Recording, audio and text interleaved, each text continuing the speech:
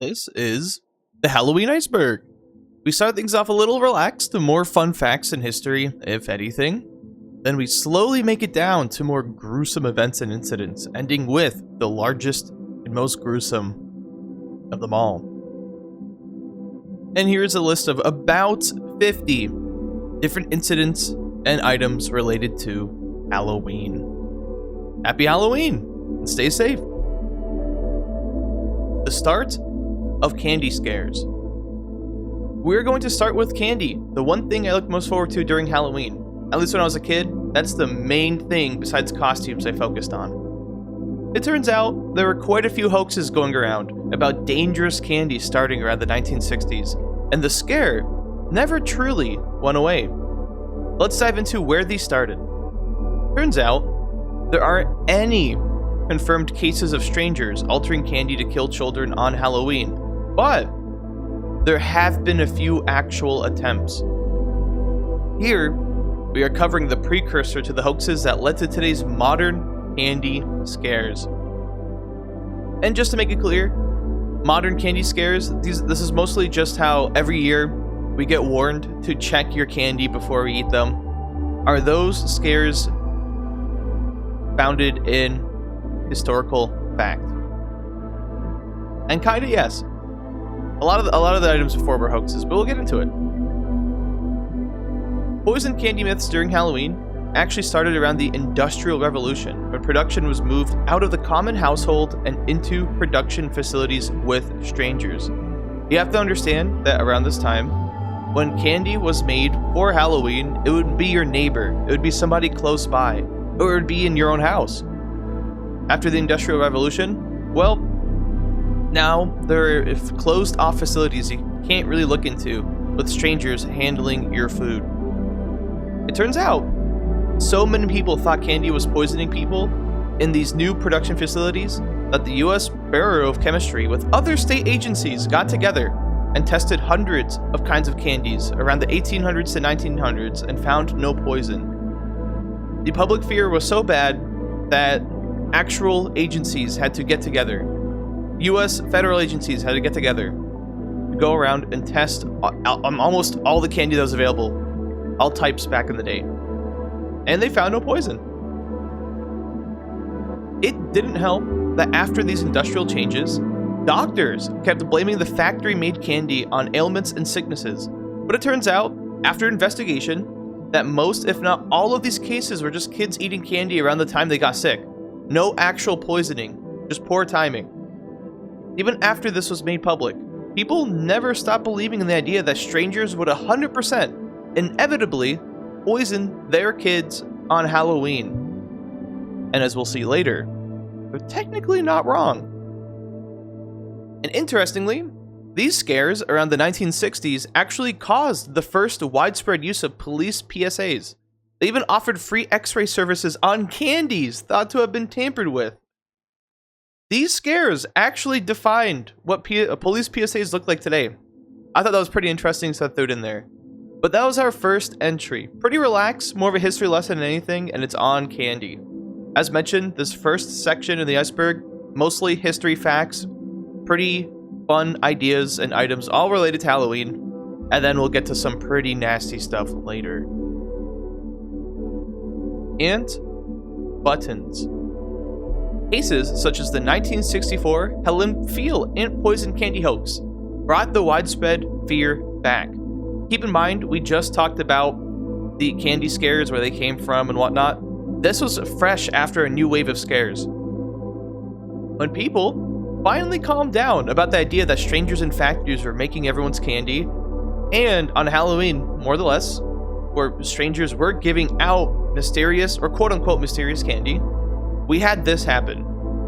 This hoax started when kids, specifically Elsie and Irene Trucker, went trick-or-treating at Long Island that year.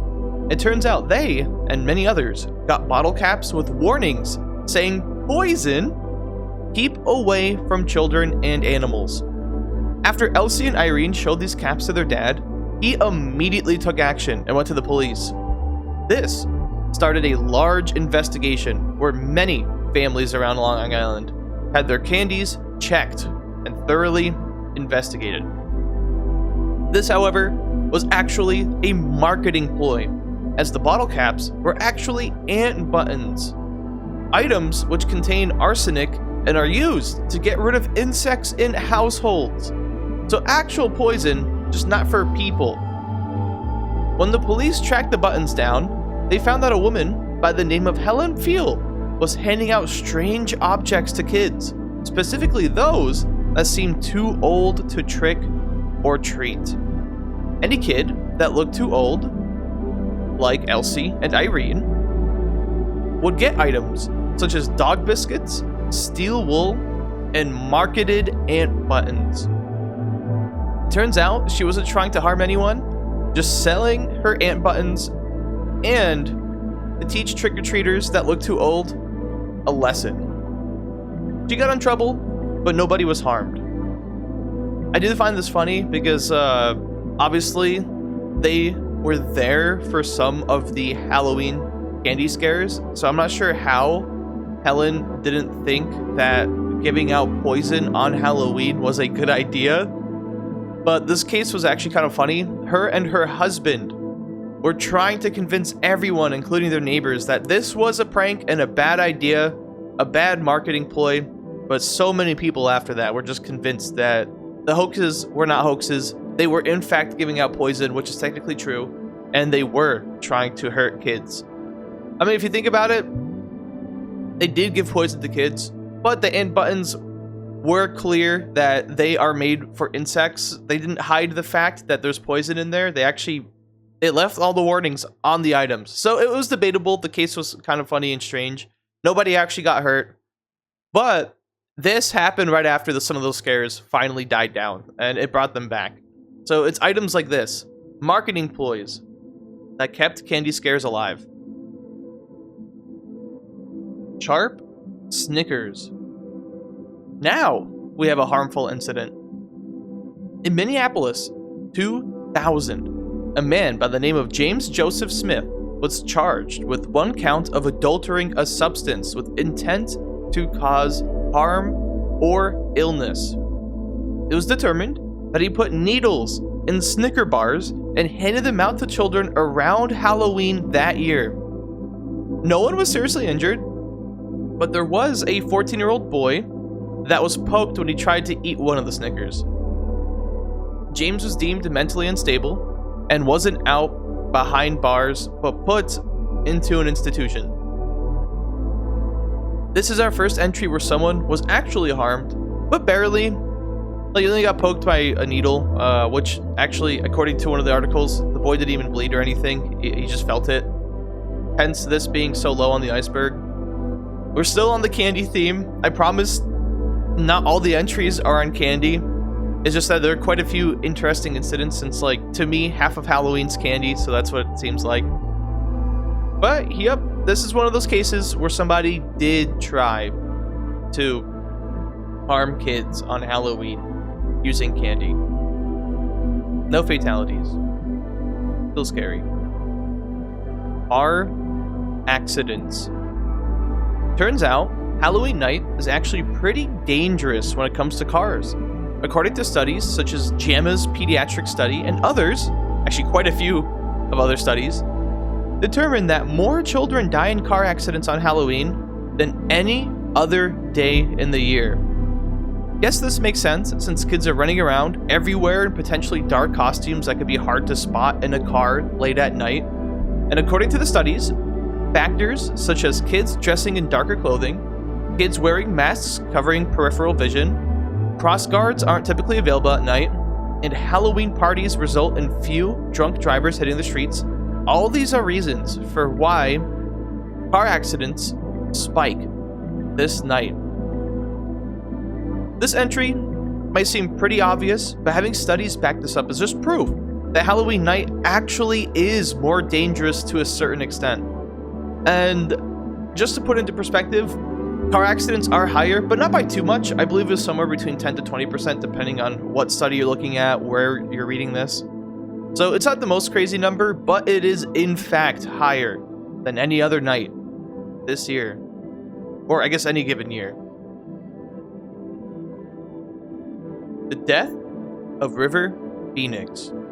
River Pheonix was an American actor and musician pretty popular around the 1990s. Around 1993, 1 a.m. Halloween night, he was found dead in front of the Viper Room, a famous rock nightclub on LA's Sunset Strip.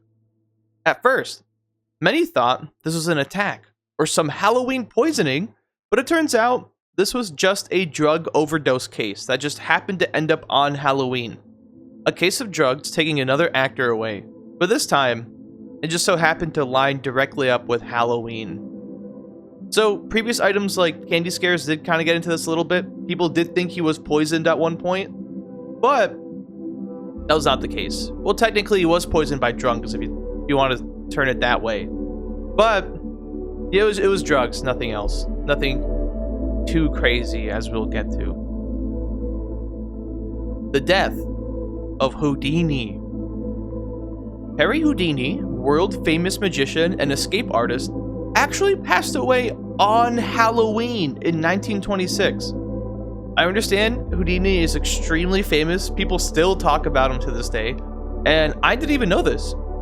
It turns out, October 22nd, 1926, in Montreal, McGill student J.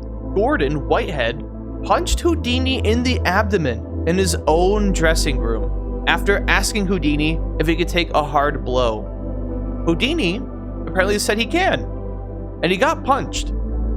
But the student then went on and he watched Houdini's show, which happened in just a short few hours after that. On October 24th, he did his last show in Detroit, had a high fever for it, and then collapsed, being brought to the hospital. So 2 days later, he collapsed. Surgeons found that he had a ruptured appendix with a now widespread infection. He later died on Halloween, October 31st, 1926, at the age of 52. His appendix bursting took his life, and many attributed the burst to have started with that punch from Gordon. Medical staff ruled that it was coincidental, but the rumor still persists. It also turns out that, due to his passing on Halloween, there are annual Halloween seances that are held at the time of his death at 1:26 p.m. to try to reach out to his spirit.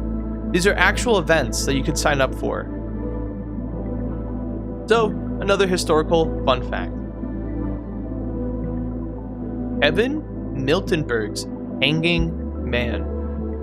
This was an incident where in October 2015, Kevin Miltenberg put up a 7-foot animatronic prop that was of a hanged man. This was obviously, well, a prop for Halloween, to have something spooky on the yard, but due to its realistic depiction of a hanging man, like the animatronic literally jerked in place time to time to simulate an actual hanging, local groups such as the NAACP got together to get Kevin to put his prop away. The NAACP is a group put together to try to fight racial inequality, and they claimed Kevin's prop was reminiscent to racist lynchings. Kevin didn't take it down, insisting the prop wasn't supposed to be offensive whatsoever. It was inspired by old Western hangings, not anything else. So cowboys doing justice. At the time, this was a large story and controversial Halloween prop usage. There were many debates at the time on whether or not hanging props and using nooses as props should be a thing on Halloween, if this should be accepted socially. And in the end, he didn't have to take it down, but the fact that groups went after him was pretty interesting. What do you guys think? Other props that are too controversial? Or should Halloween still be a night full of tricks and treats? Use whatever you want. Obviously, not real dead people, but any actual props. Let me know in the comments. Mischief Night. Mischief Night was made in 1790 at Oxford, England, where it was a prank night full of tricks. People would go out to do tiny tricks such as moving gates, swapping signs, to petty vandalism. Any small trick you could think of. Ring a doorbell and run. Obviously, they didn't have doorbells, but maybe ring a bell and run. Around the 1930s to 40s, this got adopted here in the US. And depending on where you are, it may have been called the Devil's Night, Cabbage Night, or Gate Goosey Night, which I guess that applies to some of the towns where they focused on opening and closing gates. How evil.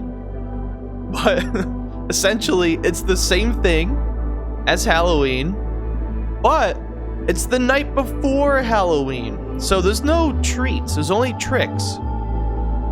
To offset Halloween's treats, it's a night of tricks that some places actually still do.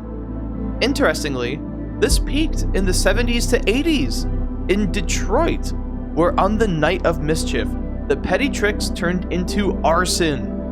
In 1983, there were 553 fires that night. And in 1984, the next year, there were 810 fires, leading to large-scale responses. So both years, the night before Halloween, hundreds, almost like the second year, almost 1,000 fires. In Detroit, they called it the Devil's Night around the time, and for, well, good reason. Literally 500 to 800 fires respectively being started the night before Halloween. So maybe you guys could go out and check. Maybe your town right now still does Mischief Night. If anything, at the time you see this video, this would have been the night before. But maybe your place got lit on fire. You'll have to check. Halloween paintball attacks. Apparently, paintball attacks are common on and right before Halloween. There seem to be a few cases of people being hurt in paintball attacks, but none seem to have hurt the victims too bad, at least until we get to the case of Vicky Murillo. Vicky and her friend were walking down their neighborhood on Halloween when a car slowly drove down their street, slowly following them. At the end of the street, the car did a U-turn, drove back to the two teens, and a group sitting in the car took out high pressurized paintball guns and shot them many times. And remember, these are high pressurized paintball guns in point blank range essentially. They drove up right next to them and unloaded. Vicky's older brother saw the scene from a distance. They were both shot by paintballs, Vicky and her friend, until they hit the floor crying and screaming. Vicky and her friend were severely hurt, actually bleeding on the ground before paramedics rushed them to the hospital. One paintball actually punctured Vicky's eye, resulting in blindness, well, in that one eye. There are several other cases of paintball attacks, but this is the only one I found where there was a group of people attacking together, resulting in permanent impairment, such as blindness to the victim. Perhaps a prank gone wrong, but why use high pressurized paintball guns? Surely there could have been better, weaker versions to use. Why even use paintball guns? Maybe just use a water balloon if you really want to just do something a little less harmless than using high pressurized guns. But either way, this was an attack. YouTuber incidents. This one is pretty general, but obviously YouTubers make videos near or around Halloween. There are many cases of people doing pranks gone wrong, or events happening to specific YouTubers on Halloween that go south. But the one I chose for this was actually pretty much an assault. In 2023, October 28th, YouTuber and influencer Jack Doherty was streaming on Kick when his security guard, Kane Kong, his actual name being Justin Gosley, punched a guest in the face. They were having a Halloween event, everyone was together, he was recording, live streaming on Kick, when his big security guard, very muscular man, punched another partygoer. They were arguing, resulting in the guard punching his face.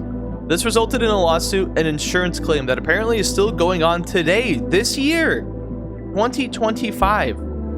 Even though this happened in 2023, apparently the case is still open, as far as I could tell. Although this was streamed on Kick, it was primarily a YouTuber, so I included this on the YouTuber incident entry. This wasn't the only Halloween-specific YouTuber case we could have covered, but definitely a super popular one. You could still find the clip today. It's, he got pretty hurt. That was a serious punch to the face.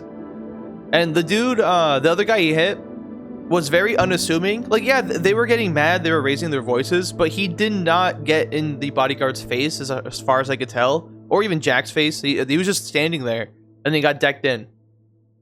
So it was a little gruesome, but there are a lot of YouTuber incidents you could find related to Halloween. This is just the one I picked. The sinking of the Reuben James.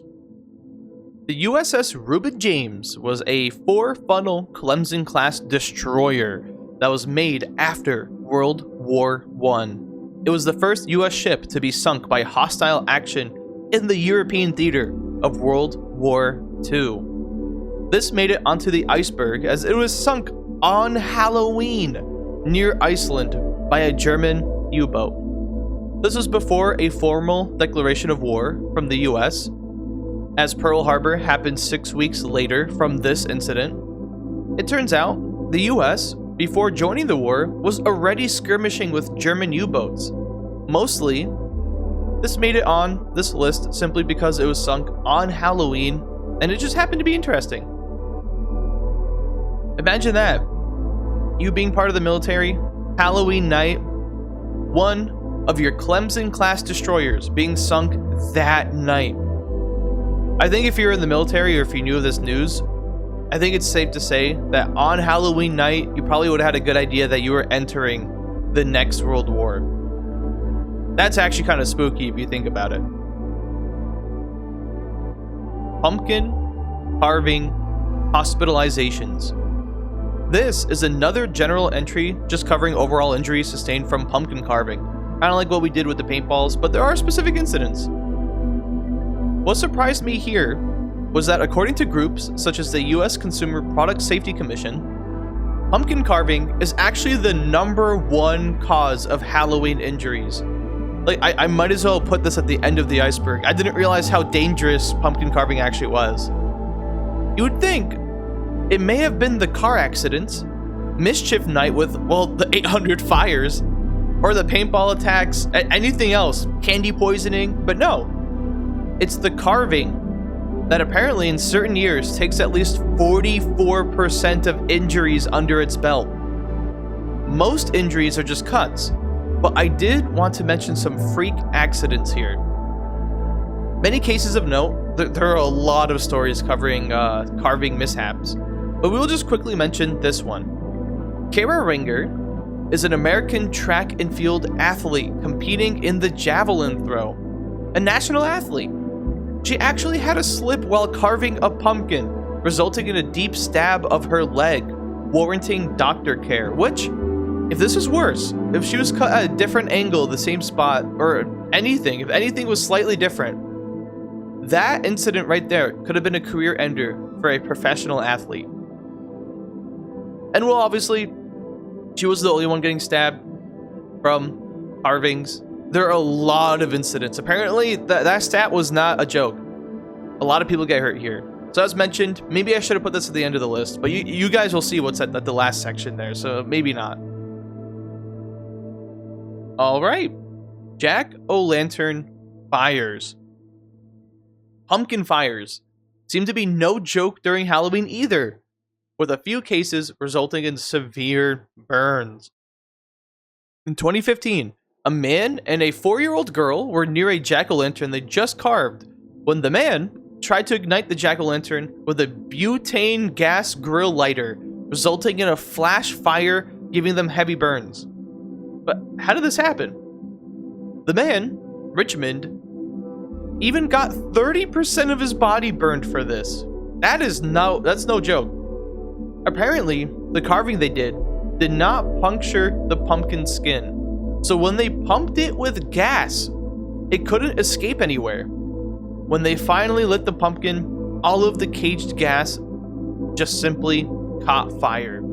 They both lived, but with very bad burns. And there was another incident where in 2015, Jared Callan, a 7-year-old, was in a costume trying to get candy behind a jack-o'-lantern. He was home, and his costume actually caught fire from the jack-o'-lantern's flame, resulting in more than 35% of his body being burned badly. Right after the accident, he couldn't even walk. He had to go through a lot of therapy, a lot of physical therapy and whatnot. But he did survive. Everyone survived. I couldn't find a case where a jack-o'-lantern fire did result in a fatality, but 33 to 35% of your body being burned from a jack-o'-lantern was kind of crazy. So just watch out. Keep in mind how you're carving and how you are setting up your jack-o'-lanterns. Accidental hangings. This is a pretty general entry, just like the last few, as there seem to be actually a few cases where people were hanged on Halloween by accident. We will cover some incidents of note, but there really are a lot of cases. Just like the previous general entries, you could just do your own Googling here. There are a lot of different cases you can pick and choose from. The first that we will be covering was Michael Markley, a 13-year-old boy who was with a friend on Halloween. They wanted to scare trick-or-treaters on Halloween by pretending to be hanged. But the laundry basket that they used to even reach the noose actually fell while the noose was around one of their necks, resulting in Michael being hanging. He hanged himself. He was there for 15 minutes. So they were trying to prank people using a laundry bin and what should have been a fake noose on some tree somewhere nearby a road so trick-or-treaters could see them. Their laundry bin fell, and he was stuck there for 15 minutes. Apparently his friend I was struggling quite a bit to actually get Michael down. Apparently, that same year, another boy, this one being 14, was sent to the hospital after he was hanged during a school-sponsored haunted house exhibit. They had items resembling nooses there, and he just happened to fall into one of them, and he was hanged for a bit. I do want to mention though, everyone so far actually did survive. No fatalities. Then, there's the case of a 17-year-old girl who lived in the St. Louis area. She worked in a Halloween-inspired haunted house, but got caught in one of their fake plastic nooses.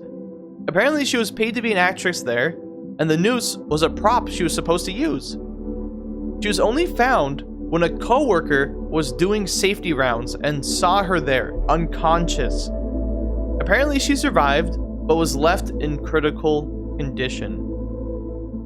Then, there was another incident at Milton Keynes, Buckinghamshire, where a 25-year-old was hanged accidentally at a nightclub.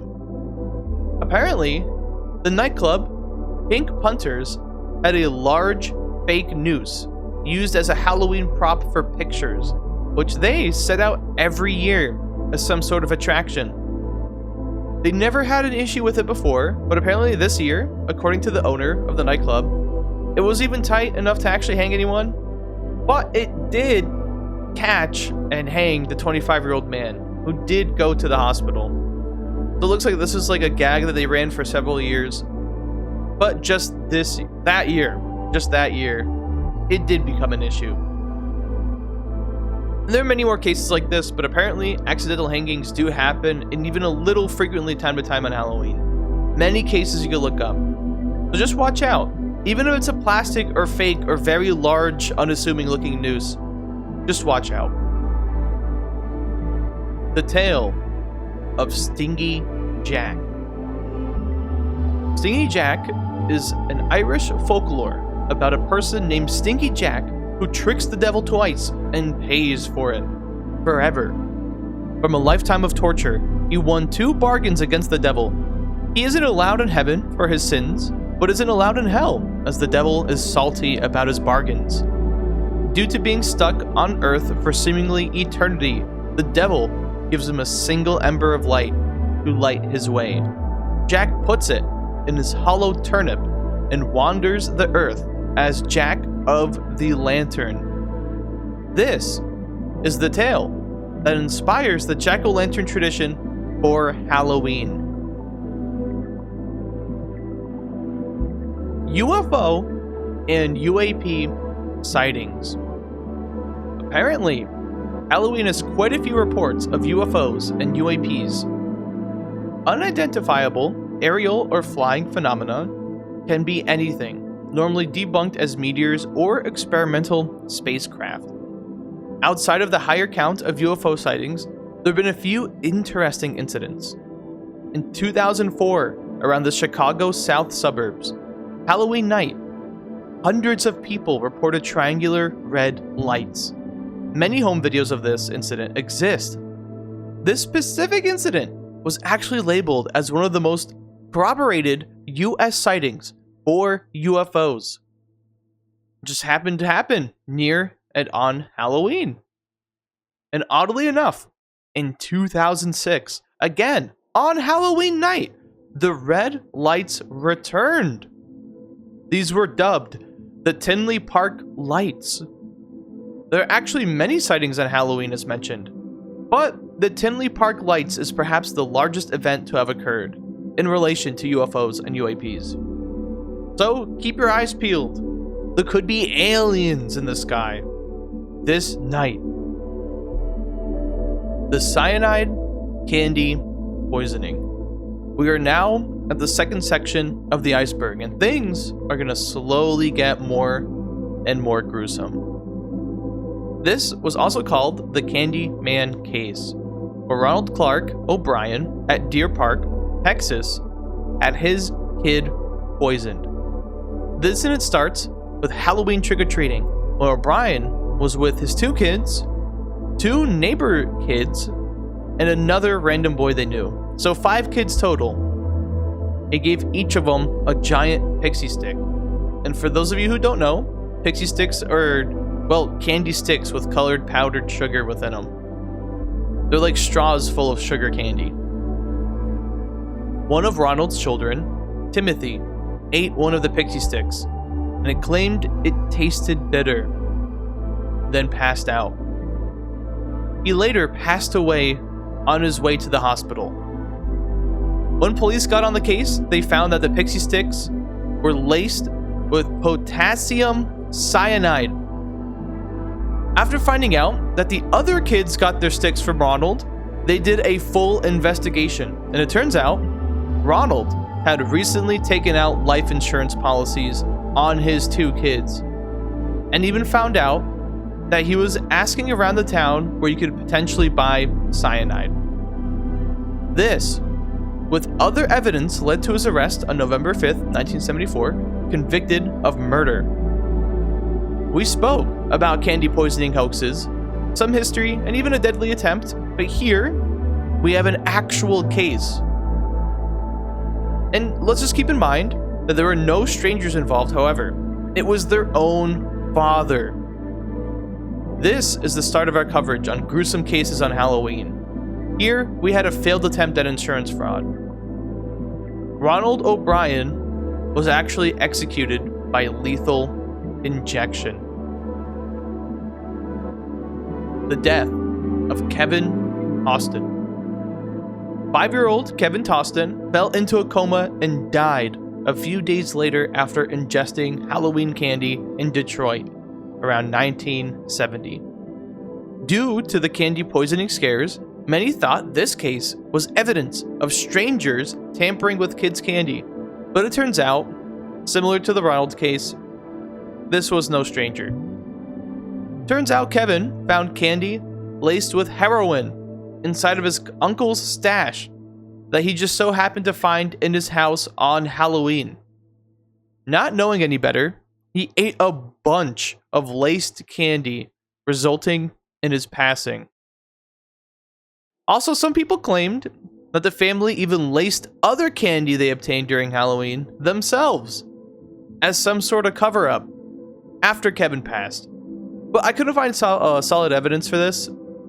Some people in some articles were claiming that their family, after Kevin passed away, they presented other candy that they obtained that was also laced to try to not get like their uncle blamed. But I couldn't find more evidence for this. Either way, another case of candy poisoning, but not by strangers. This one, however, didn't seem intentional. The casing did rule that this was an accident, but it still resulted in a fatality. Marine in tutu beats up a disabled vet. So you may think that this one sounds a little funny because there's a Marine in a tutu beating somebody up, but the story's not so fun. This one sounds pretty ridiculous, but it's a very true story. Christopher Dabney was a 22-year-old Marine and was wearing a pink tutu for Halloween in 2012. Chris saw another man, Daniel Priotti, and assumed his costume of a disabled vet was inappropriate, and he decided to take action. Chris pummeled Daniel hard enough to knock Daniel off his wheelchair. Daniel was unresponsive for at least 10 seconds after the attack. It turns out, Daniel was not in a costume and was in fact a disabled veteran. Chris didn't even attempt to ask whether or not this was a costume. He just assumed since it was Halloween and he was outside there trying to potentially pretend to be a vet and went on the attack. But he was very wrong. Daniel was a disabled vet. He got pummeled for no reason. No stolen valor here, just something super embarrassing. Halloween solar storms. Now, this is one of my favorite entries because this is something I had no idea about. I didn't even know this was happening. But it turns out a cluster of powerful solar eruptions from mid-October to early November 2003, nicknamed the Halloween storms, produced some of the largest flares ever recorded. And these flares, we're talking about solar flares here. The resulting severe geomagnetic storms caused real-world impacts, radio blackouts, GPS degradation, and satellite comm glitches. Airlines were even rerouted around polar points and were limited in altitude. Sweden experienced about an hour-long power outage, and the ISS astronauts temporarily sheltered in more shielded areas in their space station. Just imagine being in Sweden on Halloween night and the power just goes out everywhere. I mean, that would be pretty spooky. Like on Halloween night. In short, during Halloween that year, solar storms were going wild. Some people were even comparing this to the Carrington event, which, if you guys don't know, is the largest ever recorded solar flare that occurred in 1859. Which this previous event even caused fires in telegraph offices. What's interesting was that during the Halloween solar storms, places such as the Houston, Texas, were able to actually see northern lights during Halloween. Texas, perhaps one of our most southern states, like geographically, one of our lowest states closer to the equator, saw northern lights. Imagine living in a place that never receives northern lights.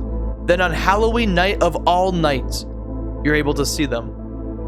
And the fact that they glowed red must have made that one really memorable Halloween night. Their solar nights were red. Apparently they could be red. And on Halloween night, out of any other night, the skies glowed red in Texas. I mean, that actually sounds insanely cool. And of course, in the entire Halloween theme, right after these storms, researchers wrote some papers on ghost electrons.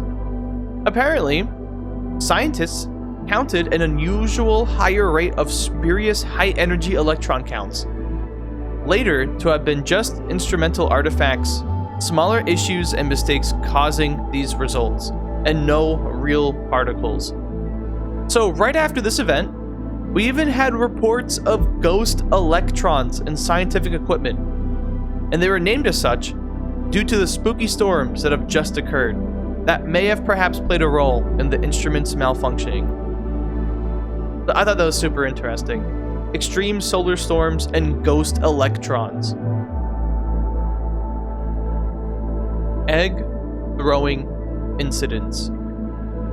Egg throwing incidents, apparently, not just paintball attacks and other pranks happen on Halloween. We actually have quite a few egg throwing incidents, as you could imagine.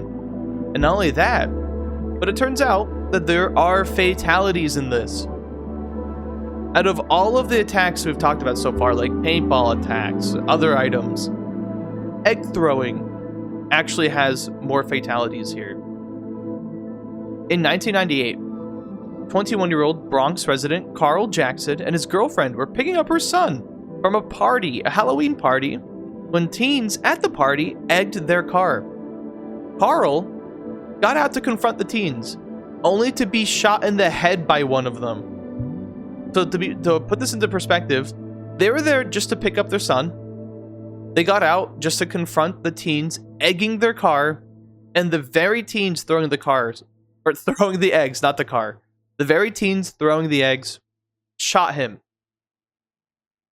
17-year-old Curtis Sterling was convicted of murder over an egging.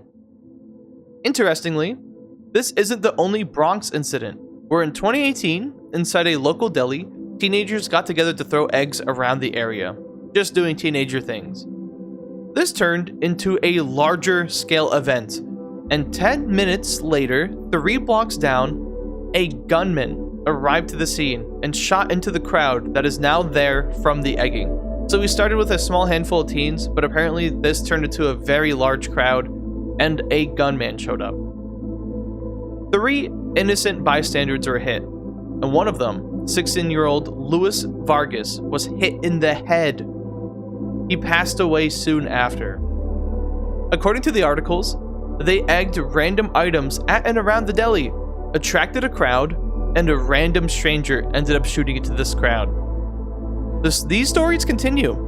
There have been quite a few egging incidents. Or in 2000, there was a 14-year-old who got enraged when he was hit by an egg, and he shot the assailant, who was a 12-year-old. They were both out on Halloween night, but this 14-year-old was for some reason strapped. And he got really mad that he got hit by an egg. By somebody younger than him, by the way. Another case was with this 17-year-old Tavares Irvine from Union City, Atlanta. Apparently, it was suspected that Tavares wasn't even behind the egging, but in this incident, the person who got hit by the egg went home, got a gun, and returned to the scene. There he found Tavares and shot him point blank. Some people say he was with a friend who threw an egg at the assailant, but either way, he was shot for it. And the shooter was actually never found. So Tavares was there with a friend, and reportedly, his friend threw an egg at this person, who went, grabbed a gun from his house, and came back. And they were still there, just hanging out. And then the incident occurred.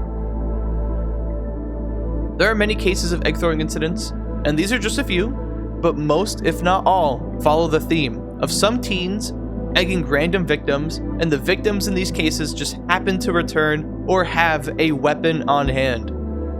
So if you're watching this video and you plan on going egging tonight, just keep that in mind. There are a lot of people that are strapped and that they get mad. There are a lot of people that get a little too mad. I'm not saying it's not justified to get mad if you got egged, but to kill someone over it, I'm not so sure. But either way, just be careful. The hanging decoration incident of 2005. In 2005, a body of a woman was found hanging from a tree near a busy intersection, but nobody bothered to report it, as this happened near Halloween and everyone assumed it was a decoration. It turns out there was a real body. I couldn't find the name of the person, but the victim was a 42-year-old woman, and her neighbors, who admitted to seeing her there, didn't even recognize her, and also assumed she was some kind of prop put out for Halloween. Her body was 15 feet above ground.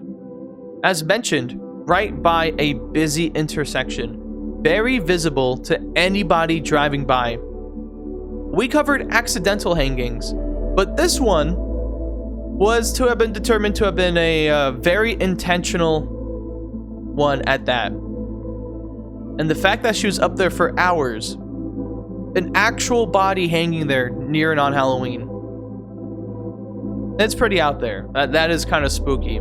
You're gonna have to double check what props you guys walk by tonight. The mailman incident of 2012. November 2nd, Dale Porch, 46, was coming back home from a late night shift when he suddenly collapsed on his porch steps away from his mailbox. When Dale's body was finally found, the family actually got super upset at the situation. Obviously, not only by the loss of a loved one, but also at the circumstance of how this happened, of how they found him. According to Dale's sister-in-law, the neighborhood mailman would have to have walked by his body to have delivered the mail. And so, after reaching out to mailing services, the U.S. Postal Service actually made a statement on this matter and apologized. According to them, one of the workers did in fact deliver mail while Dale's body was there, but the postal worker thought it was a Halloween decoration and nothing else. He didn't think too much of it. He was just doing his job. He was there to deliver mail. He saw what he thought was a prop, as this was pretty much near a day or two after Halloween, essentially a day after Halloween. So he just thought this was a prop. In all fairness, right after Halloween, maybe it was assumed this is some prop left out. But here, we had another incident of a body being mistaken as a prop. An actual body. Real fatalities. Alright. Now, we head deeper in. Here, we're starting with gun crime. This is our third section of the iceberg. And this one, gun crime, may seem a bit obvious. But it turns out, there are studies that point to higher gun violence on Halloween. According to people like Scott Humphrey, who handles risk control for travelers working at the third largest personal insurer in the US, Halloween has a 17% higher chance of gun crime than any usual given day. Even university professor James Fox at Northeastern stated that violent crime on Halloween is actually 50% higher than any given day. Perhaps it's the ghosts or scary spirits taking over people's actions, but that stat, especially the 50%, that's no joke. I think the scariest part of this is the implication that the stats give. This is a well-defined higher chance that you may experience some crime, especially gun crime tonight. Not only the stats, there are many examples of drive-by Halloween shootings. This entry covers general gun crime on Halloween, which seems to be at an all-time high that night, but just watch out. There are many incidents and cases of drive-by shootings or people getting really mad and bringing out weapons. Just like from the egging, we discussed several cases where somebody had a weapon or brought a gun back to the incident where they got hit by an egg and used the weapon. Just be careful. The Skunk Girl incident. An 8-year-old girl in Township, Pennsylvania was shot by a cousin. According to the articles, the 8-year-old was wearing a black costume with a black hat and a white feather, and the cousin, seeing her at a family bonfire, thought she was a skunk. Apparently, she was playing on a hillside when the house owner hosting the bonfire, Janet Grant, asked her son, Thomas Grant, to shoot the pest. Apparently, it was dark enough outside to where Janet was even holding a flashlight up at the supposed skunk to help Thomas aim. Using a shotgun, Thomas took the shot, hitting the 8-year-old. But in good news though, she actually did survive. I guess the moral of the story here is to maybe not take pot shots at animals around Halloween, especially at a family bonfire. This one was a little sad, but at least she survived. It was mostly her shoulder and her arm that got hit. So that's good in itself. At least she was okay in the end. But still, she was only 8 and she got shot by her cousin.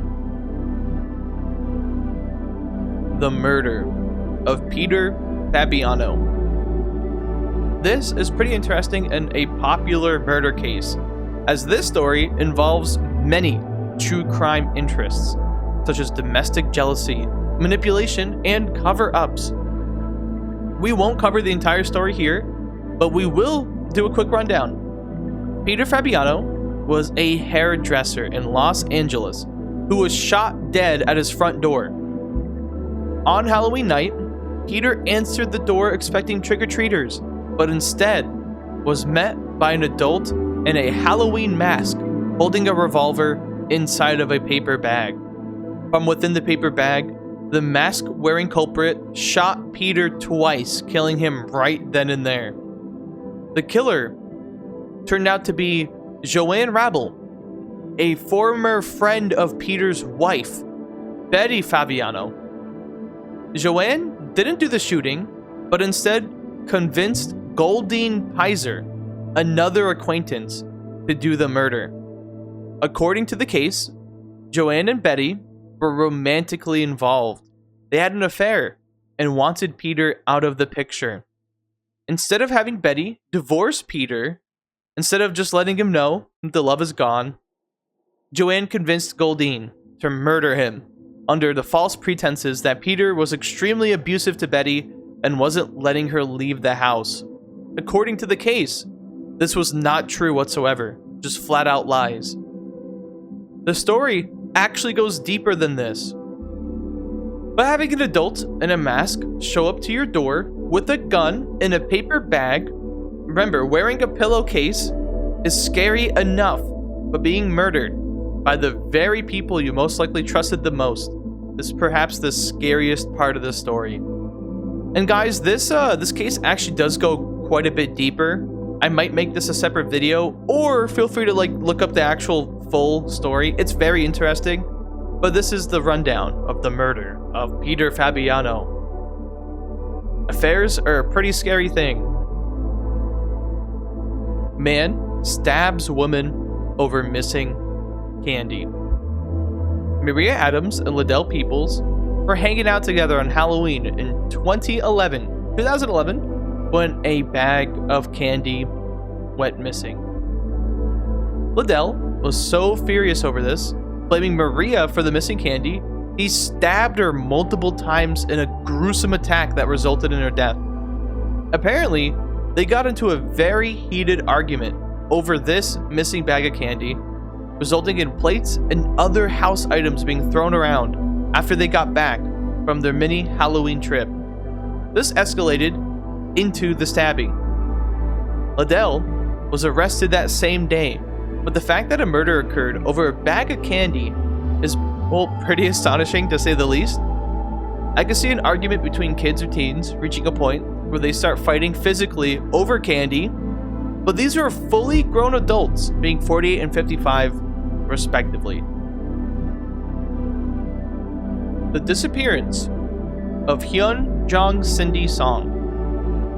Halloween night, 2001. Hyun Jong Cindy Song, a 22-year-old Penn State University student, vanished and was never found. After going to a Halloween party that night, she was last seen around 4 a.m. the next day, being dropped off at her apartment after celebrating with friends. What's interesting here was that after police started their missing persons investigation, they found all of her belongings at her place.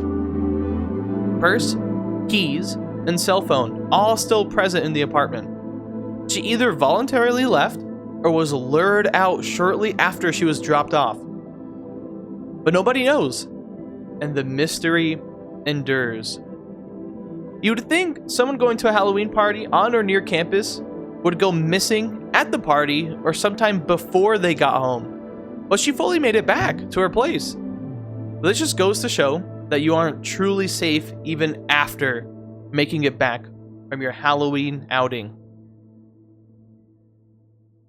The disappearance of Pamela and Patricia. Halloween night, 1969, two Michigan teenagers, Patricia Spencer, who was 16, and Pamela Hobley, 15, vanished without a trace. After they left Oscoda High School together, they planned on going to a Halloween party that evening, but never arrived or were seen again. According to early reports, police thought that they ran away together, but neither of them took money, clothes, or any personal items with them. They then treated the case as a suspected abduction or some kind of foul play, though no leads ever surfaced. The scary thing here is that they went missing together. In most horror movies or horror tropes, you'd think that you're safe in numbers, or at least with one other person, right?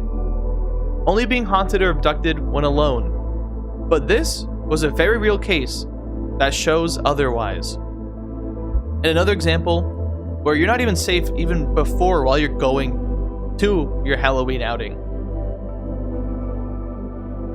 The disappearance of Jeremy Jordan. Halloween night, 2016, 17-year-old Jeremy Jordan went missing around Cass Lake, Minnesota. After attending a Halloween party in Bemidji, he was never seen again.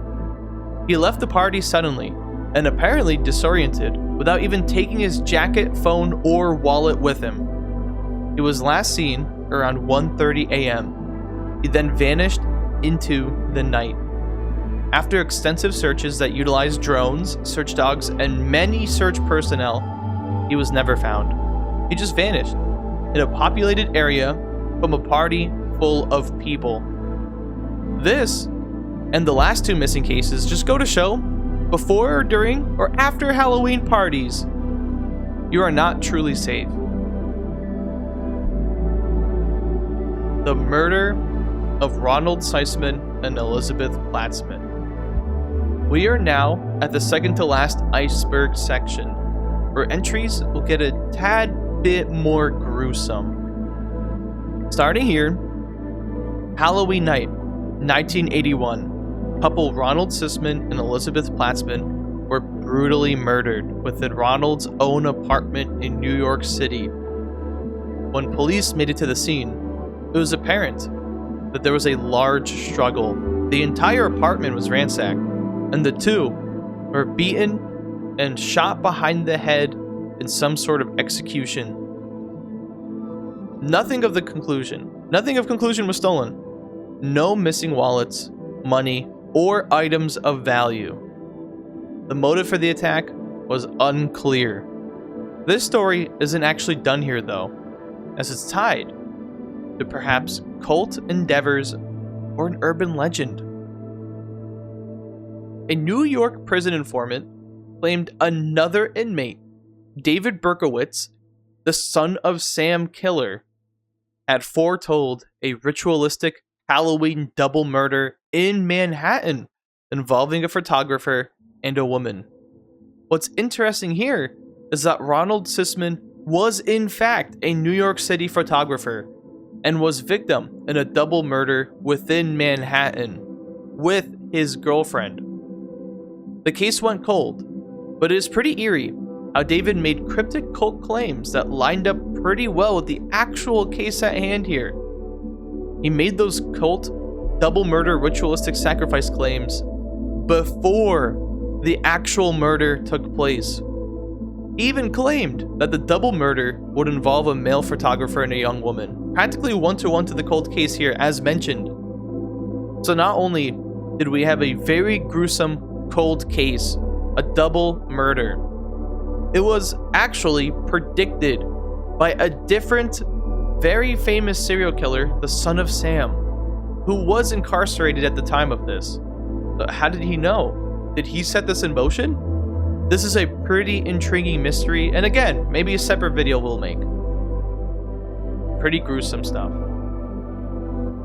The murder of Marvin Brandlin. Halloween night, 1982, at Fort Dodge, Iowa. A 69-year-old Marvin Brandlin was shot and killed during a home invasion that started with a trick-or-treat encounter. Marvin and his wife, Ethel Brandlin, were handing out candy at their door when a man wearing a pillowcase with eye holes cut out arrived. Instead of saying trick-or-treat, he told them that this was a holdup and give me your money. Ethel actually thought this was a prank, but the pillowcase man made it clear that this was an actual robbery, even calling Marvin by name and telling him to go get the safe that he had in his basement. The robber even knew Marvin kept his money down there in a safe in his basement. He even knew his name. And after hearing this, Marvin tried to remove the mask, but in that attempt, he got shot once, fatally wounding him before fleeing back into his house. After the shooting, the pillowcase man threw off his pillowcase and, ran off, never being identified even with evidence left behind.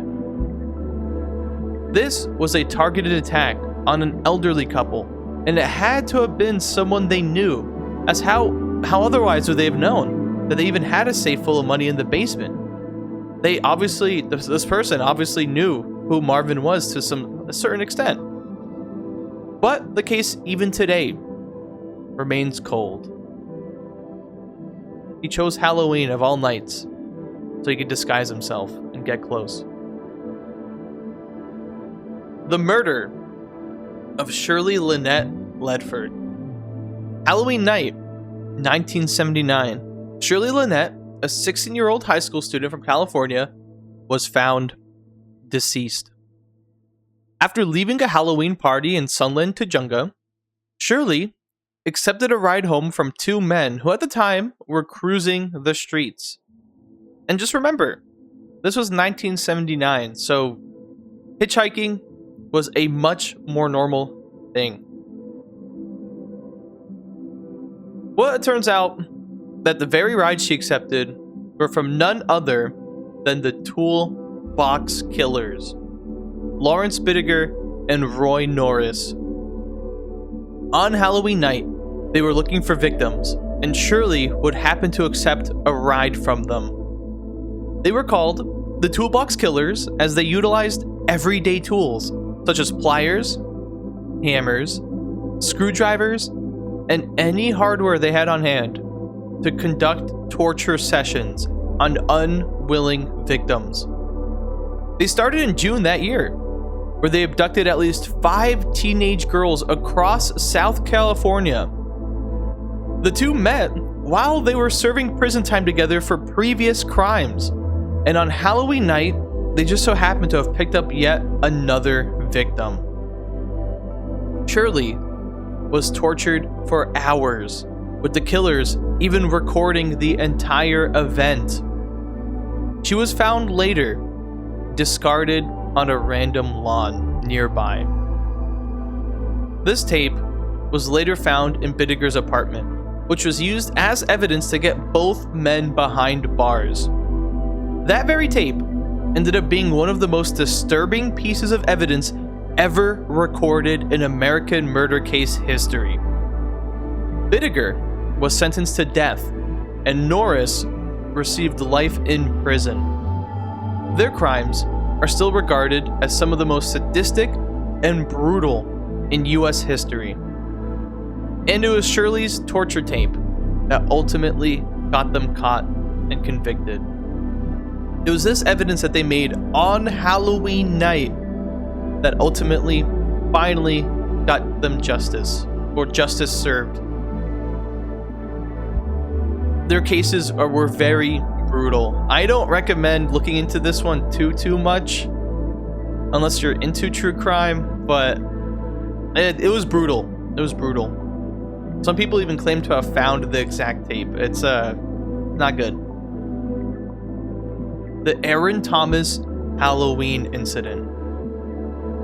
Halloween night, 2009. Aaron Thomas abducted 3 teenage girls at gunpoint who were out trick-or-treating. He brought them to a wooded ravine where he proceeded to assault them until one of the girls managed to sneak a phone call, dialing for help. Thomas was nicknamed the East Coast Rapist, using Halloween night to get to more victims. Thomas was later arrested in 2011 when his DNA was found at scenes such as this one, where they ultimately linked evidence to him.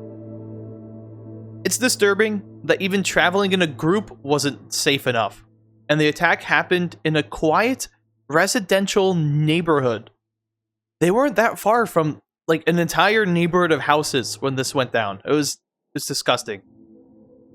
And I probably should have done this before some of these entries, but just warning, they, like I said, they get more gruesome. So if you're already getting uncomfortable with some of these topics, it actually does get a little worse. If not, it stays at this level. So just a heads up.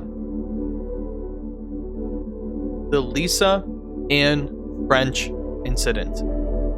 Halloween night, 1973. 9-year-old Lisa Ann French was from Fond du Lac, Wisconsin, set out to go trick-or-treating, dressed as a hobo, but she never made it back home. She was only to visit a few neighborhood homes, like very close by to her own house, including that of Gerald Turner, who lived nearby, only a block or two away. Thomas was a family friend to Lisa, so what he ended up doing made this only, well, that much worse. After Lisa got to his house, Lisa was lured inside. Perhaps she knew who Thomas was. He was a family friend. He got her inside his house, and she got assaulted and ultimately murdered. Thomas placed her in a plastic bag and dumped the bag in a rural area outside of town, only to be discovered days later. This hit the news pretty hard. Even some articles referring to this exact moment, this incident. This is when Halloween lost its innocence. Apparently, this incident was quite a turning point around the consensus of letting your kids trick-or-treat alone. This was in 1973. As mentioned, hitchhiking was more of a normal thing around then. Same thing with letting your kids just run out and about. It was a very normal thing just to have like one kid go out, do chores, go trick-or-treating, all on their own. This incident kind of changed public perspective. Thomas was later dubbed the Halloween Killer. After being found guilty, he was sentenced to 38 years in prison, not even life.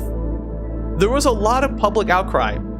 His attempts at an early release actually caused a lot of public outcry, and more so, for good reason. It was insanely disgusting what he did, and to somebody he knew nonetheless. And for him to only serve 38 years and have the chance to get out sooner than later, yeah, I think I would be part of that public outcry. That doesn't sit right. Well, things did take quite a gruesome turn. As mentioned, we're getting deeper within the Halloween Iceberg. We are entering our next section. And so just to mention, we covered some pretty brutal entries. There are actually quite a few more that are similar when it comes to what the crime was. But I didn't want to repeat too much, and at the same time, they're extremely brutal. And so this next segment, you'd be thinking, how does it get worse from there? Well, this technically, this is only its own section because of the magnitude of the event. So I kind of tiered this list where the worse the item gets, the lower it is. But at the same time, magnitude had a play. Like, so by that, I mean, if there were more than 5 people that were affected, then this was a larger scale event, hence it was worse in the icebergs, in regards of the iceberg. And so as we'll see here, let's start with William B.J. Lisk. The William B.J. Lisk incident. Halloween morning, 2010, Oak Harbor, Ohio. William B.J. Lisk, a 24-year-old man, murdered his father, stepmother, and stepbrother in their own farmhouse in a premeditated, planned attack. BJ had a long history of mental illness and violence. Though his father tried to reconcile with him, the relationship was very volatile. After investigation, it was determined that the night before Halloween, after a family gathering, BJ stayed overnight at his other place, at this other family's place, while his immediate family returned home, only to then later show up to their house, to his house, in the morning, and, well, commit the act. He was captured after a short manhunt, which kicked off after other family members were concerned that they didn't show up for church the following day. BJ was convicted of 3 accounts of aggravated murder and sentenced to life in prison. While there, he committed suicide in 2015. The perfect Halloween storm. So we covered solar storms, which kind of destroyed a lot of technology, but here we're getting a much more, I wouldn't want to say practical storm, but a much more traditional storm, with actual fatalities. Here, on Halloween night, 1991, the perfect storm, also called the Halloween nor'easter of 1991, was at its peak. This powerful and deadly storm hit the East Coast in later October and going into November, and its wildest night just so happened to be on Halloween that year. It began when 3 weather systems collided: a cold front, high pressure system, and remnants of Hurricane Grace. 3 weather phenomenon actually clashing together, turning into one. This rare combination created a massive extratropical cyclone off the New England coast, producing hurricane-force winds, 50-foot waves, and record-breaking coastal flooding going from Nova Scotia to Florida. The storm was so bad, it actually created a second follow-up hurricane. At sea, the storm actually claimed 13 lives, and on land, it caused $200 million in damage. And remember, this is 1991, well before inflation. That's a lot of damage. This almost supernatural combination of weather events just so happened to strike its hardest Halloween night that year. Safe to say, trick-or-treating was definitely not safe that year. The Korean Crush. Right before Halloween, October 29th, 2022, a horrific crowd crush occurred in the Itaewon district of Seoul, South Korea, during one of the country's first major post-pandemic Halloween celebrations. This was supposed to be a happy time. Like, the pandemic was coming to a close, people were out and about actually seeing each other in public, and this happened. Tens of thousands of people gathered in the narrow streets of Itaewon for Halloween festivities.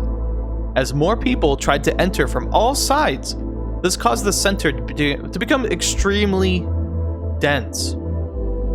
Starting in confined alleys by taking up some of the narrow streets, the pressure built from all directions. These are people that have been holed up for some time and they just wanted to see each other for these festivities. They wanted to be together for Halloween. And so so many people were just consolidating and like getting together in this one section. And it resulted in hundreds of people getting trapped and suffocating.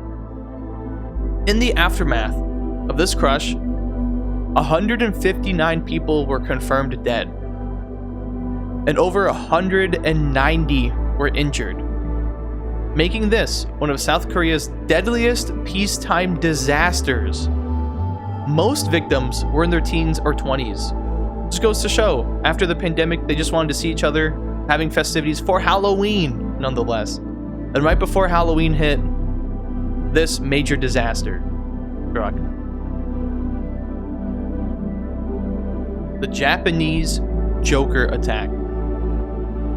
The Japanese Joker attack happened in 2021. On Halloween night, a 24-year-old named Kyoto Hattori was dressed up in a costume resembling the Joker from Batman. He attacked passengers aboard a rush-hour train on the Keio line in the Tokyo suburb of Chofu.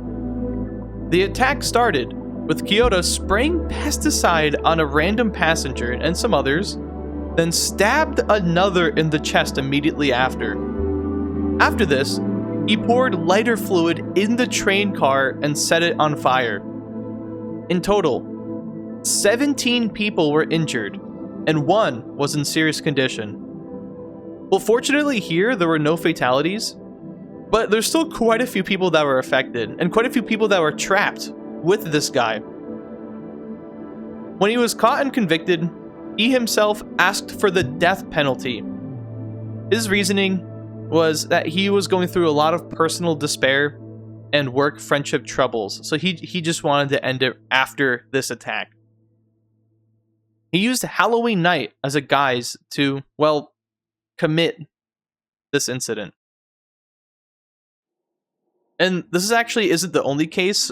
This is one of the few cases where somebody in a Halloween costume specifically targeted a group of people in like a train station and whatnot. This is probably the biggest one I've seen or found. But there actually are quite a few smaller ones you could look into. But this was not a single incident. People using Halloween as a guise to commit whatever acts they want. Maybe it is evil spirits taking people over, or maybe it's just that everyone's in costumes. They seem unassuming at first. Either way, Halloween could be, well, actually a pretty scary night. Not even the trains were safe. ISIS-inspired attack. So in 2017, on Halloween night in Lower Manhattan, New York City, a man named Sayfullo Saipov rented a pickup truck and drove it down a bike lane along West Street, hitting cyclists and pedestrians. This attack killed 8 people and injured another 14. After crashing the truck into a school bus, Saipov exited the vehicle holding what appeared to be firearms, but were later found out to be pellet guns. Either way, he started opening fire, and he was subsequently shot and apprehended by police. Within the truck, investigators found a document with Arabic writing, which included allegiance to ISIS, some kind of statement, and an Islamic State flag.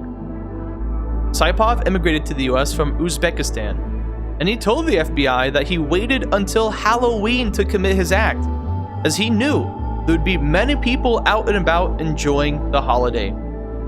He even claimed to have driven that very route as a test previously, obviously not hitting anyone then.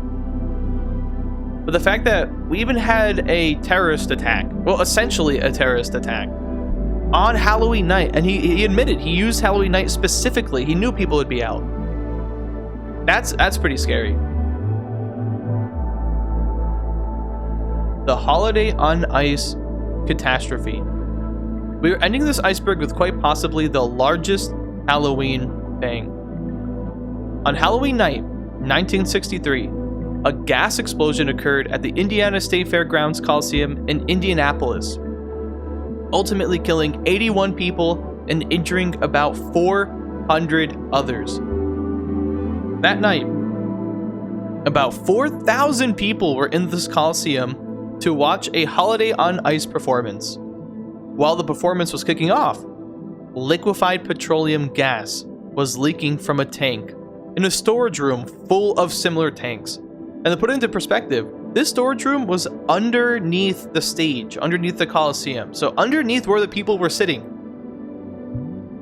At 11 p.m., the gas came into contact with some heating equipment in the concession area. Perhaps a hot dog warmer, whatever it was, It was some heating equipment, and it caused the gas to ignite, resulting in a massive explosion. After some time, a second explosion occurred with the non-leaking tanks in that same storage room. So after the initial tank, the leaking one, blew up, the other tanks in the room subsequently blew up as well, shortly after. Later investigations resulted in 7 people being indicted, including employees of the gas provider, the company that operated the area, the General Coliseum, the city fire chief, and the state fire marshal. The charges were dropped later, but the victims were awarded in a $4.6 million settlement. Well, in several settlements resulting in $4.6 million. A Halloween show on Halloween night ended up being extremely dangerous. Yet another example of festivities on Halloween night, a very large public event, gone horribly wrong. And that was it. That was our last item on the iceberg. What'd you guys think? I know I could have organized this a bit differently. I tried not to include too many entries that were too similar. Like, I didn't want to include too many incidents where people were disappearing in Halloween parties. Like, I had examples of people disappearing before, after, and during. And I tried to keep it at that. But yeah, I thought that this would be nice and spooky. Now you should be scared to go out. No, I'm joking. Don't be scared to go out. One thing I did want to mention at the end of this meeting, this video, was that even though I covered quite a few incidents, I believe I had 42 different items on this iceberg, all of these were pretty spread out, and in general, Halloween is pretty safe. I mean, imagine all of the people going out and getting candy, and how many of them actually do get affected in some kind of incident, how many of them actually do turn into victims. Like, the proportion isn't that insane. And so I believe you'll be safe, at least tonight. So go have fun, don't worry too much, but just know anything is possible, whether or not you're going to a Halloween party, if you're on campus, if you're visiting your neighbor, or if you're seeing a show. Whatever you may be doing tonight, just keep in mind, Halloween does have many evil spirits perhaps haunting people's minds. Just be safe out there. And let me know what you guys think in the comments of how I organized this iceberg. Any items I missed that you think I definitely should have covered, and whether or not you like some of the fun historical facts I had in the beginning. Whatever it may be, let me know if you liked the video, and go have fun. Go share your candy. Let me know what you dress up as. I'm going as a person who got kidnapped by a bear. You guys know those costumes where, like, I think the most popular example is when, like, there's like a picture of an alien holding a person. That's the costume. There's like a blow-up alien around the legs, and it's like holding you, the person. That's the costume. You're getting abducted by aliens. I'm gonna be wearing something similar, but it's a bear, not a UFO or an alien. A bear abducted me. So yeah, let me know. I kind of went on a tangent, but let me know. Let me know what you guys think. And have a great night. Just stay safe. Maybe don't throw eggs at people, because for some reason people always get hurt in those particular tricks and pranks. So just stay safe. Just stay safe. And just remember, let's take a cryptid clue.